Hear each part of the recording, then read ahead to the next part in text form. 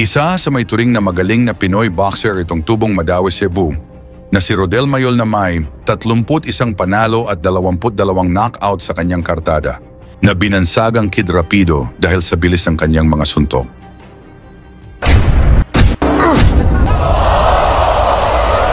Itong si Mayol ay talagang kinatatakutan dito sa Asia dahil kumuha ito ng 22 nagkasunod na panalo, walang talo at halos lahat ng kanyang mga kalaban ay tinapos niya sa knockouts. Dahil sa angking galing ni Mayol, 4 na beses na itong lumaban sa World Championship. Ngunit hindi ito pinalad. Ngunit ginawa itong inspirasyon ni Kid Rapido upang mag-training ng maayos hanggang sa nabigyan pa ito ng mas malaking laban sa kanyang karera.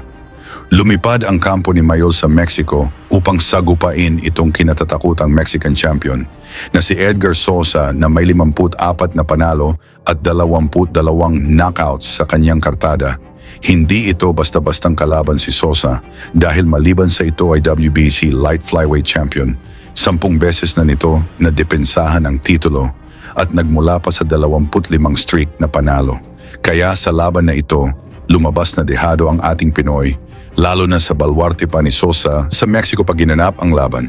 Halika mga boxing fans, ating balikan kung paano pinasuko ni Mayol sa ikalawang round itong si Sosa sa harap ng mga fans nito. Sa laban na naganap sa Palenque de la Feria sa Mexico, ito ay para sa depensa ni Sosa sa WBC title. Sa pagbungad ang unang round parehong kaliwiti ang dalawang boxers kung saan ang Pinoy na si Mayol ang naka-white trunks. Talagang sigawan agad ang mga fans ni Sosa nang nagbitaw ng kombinasyon itong kanilang champion.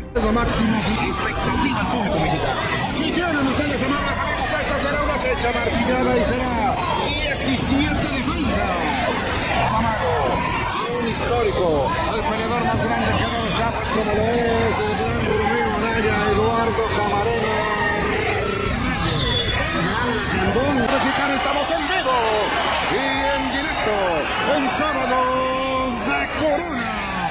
Aquí aparece este que es el Tagano, enfrentando a nuestro campeón, un hombre que llega con una superlativa condicionamiento físico-atlético. Derechazo, Edgar Sosa que lo puso en malas condiciones, salió un rayo de la diestra del como calentamiento. Está muy bueno porque ya vieron el estilo que le campeón a campeón.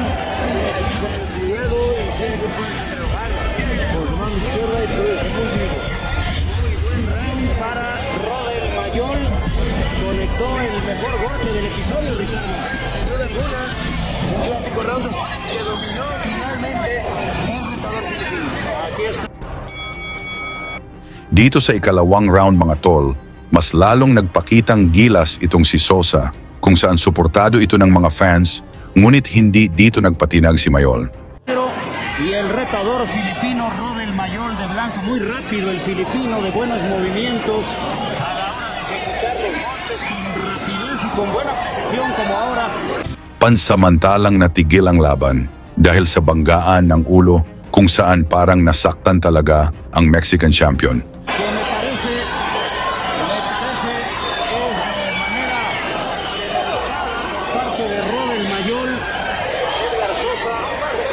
Con este impacto en la ceja izquierda y está ocultado. Octavio Mirante, preguntamos rápidamente cómo aprecia el peleador de filipino Ricardo, impacto en la ceja izquierda y está cortado. Octavio Mirante, preguntamos rápidamente pero definitivamente es con el corte.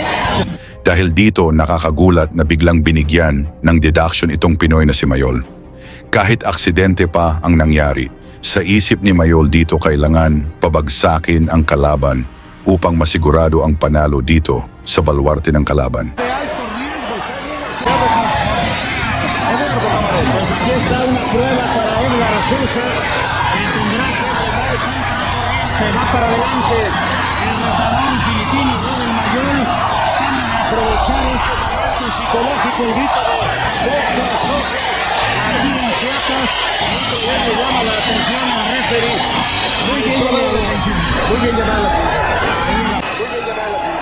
Ahí el apunte de Octavio Mirán marca a la izquierda. Sosa falló la derecha recta, tratando de encontrarle la distancia a Mayol, que entra nuevamente con la cabeza muy peligrosa. El peleador oriental ataca Sosa y busca castigar abajo en este que es el segundo episodio de la pelea. Ricardo, finito mientras te escuchamos.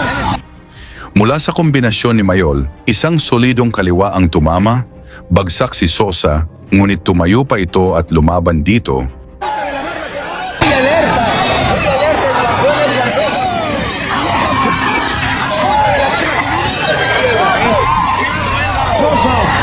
Está noqueado Edgar Sosa. Perfecto, a la punta de la barba. Está noqueado. Dito na siya binanatan ng Pinoy na si Mayol hanggang sa inawat na lang ng referee ang laban.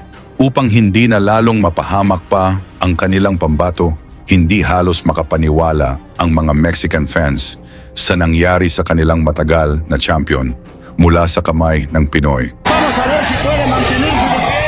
El mexicano está en Edgar Sosa. Trata de rehuir la pelea en corto. Busca salirse con pasos laterales y lo vuelven a conectar con solidez. Otra vez la izquierda masacrándolo. El referee interviene.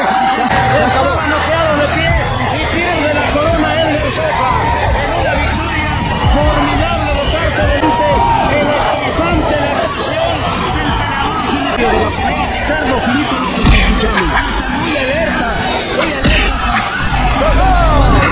Panalo si Mayol sa pamamagitan ng technical knockout sa ikalawang round at naging WBC World Champion. Salamat sa inyong suporta sa mga kapwa ko OFW at boxing fans. Lagi niyong sundan, huwag magpapahuli. Pag-usapan ni bakbakan, balita niya at laban. Mga Pinoy na di nagpapagapi. Salamat sa mga suporta na lagi nandyan.